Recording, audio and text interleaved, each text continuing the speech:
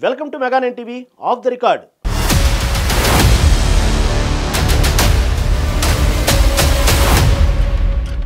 ఆ జిల్లాలో కాంగ్రెస్ పార్టీలో వర్గపోరు తారాస్థాయికి చేరిందా?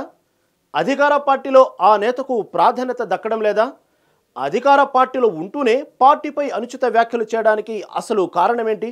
ఆ నేత తీరు అధిష్టానానికి తలనొప్పిగా మారిందా? ఇంతకీ ఆ నియోజకవర్గం ఎక్కడ? ఆ నేత ఎవరు? Watch the story.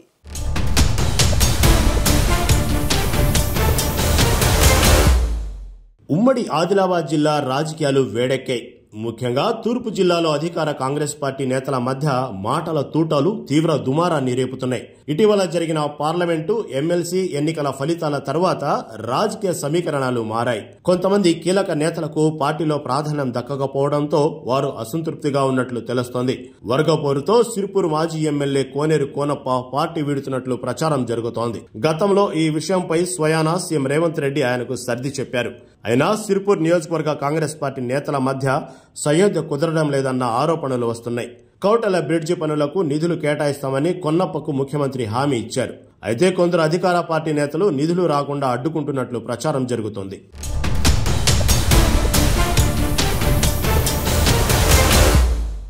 ఇక ఉమ్మడి ఆదిలాబాద్ జిల్లా ఎమ్మెల్సీ దండే విఠల్ ఇతర నియోజకవర్గాల పర్యవేక్షణకు వెళ్లకుండా కేవలం సిర్పూర్ నియోజకవర్గంలో ఉంటున్నారు. పార్టీ కూడా విఠల్కే ప్రాధాన్యత ఇస్తుందని, కోనప్పను అసలు పట్టించుకోవడం లేదంటూ ఆయన అనుచరులు వాపోతున్నారు. అంతేకాదు కొన్నేళ్లుగా కోనప్ప, విఠల్ ఎడమొహం పెడమొహంగా ఉంటున్నారట.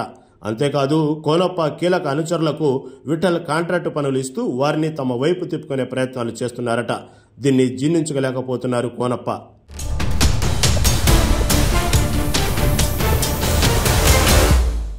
తాజా పరిస్థితులతో ఆలోచనలో పడ్డారట కోనప్ప. తొందరపడి బీఆర్ఎస్ నుంచి కాంగ్రెస్ పార్టీకి ఎందుకు వచ్చానా అని ఫీల్ అవుతున్నారట. బీఆర్ఎస్ పార్టీలో ఆర్ఎస్ ప్రవీణ్ కుమార్ ను చేర్చుకోవడంతోనే పార్టీని వీడాల్సి వచ్చిందే తప్ప ఎలాంటి ఇబ్బంది లేదన్న ఫీలింగ్ ఆయనలో ఇప్పుడు వస్తుందట.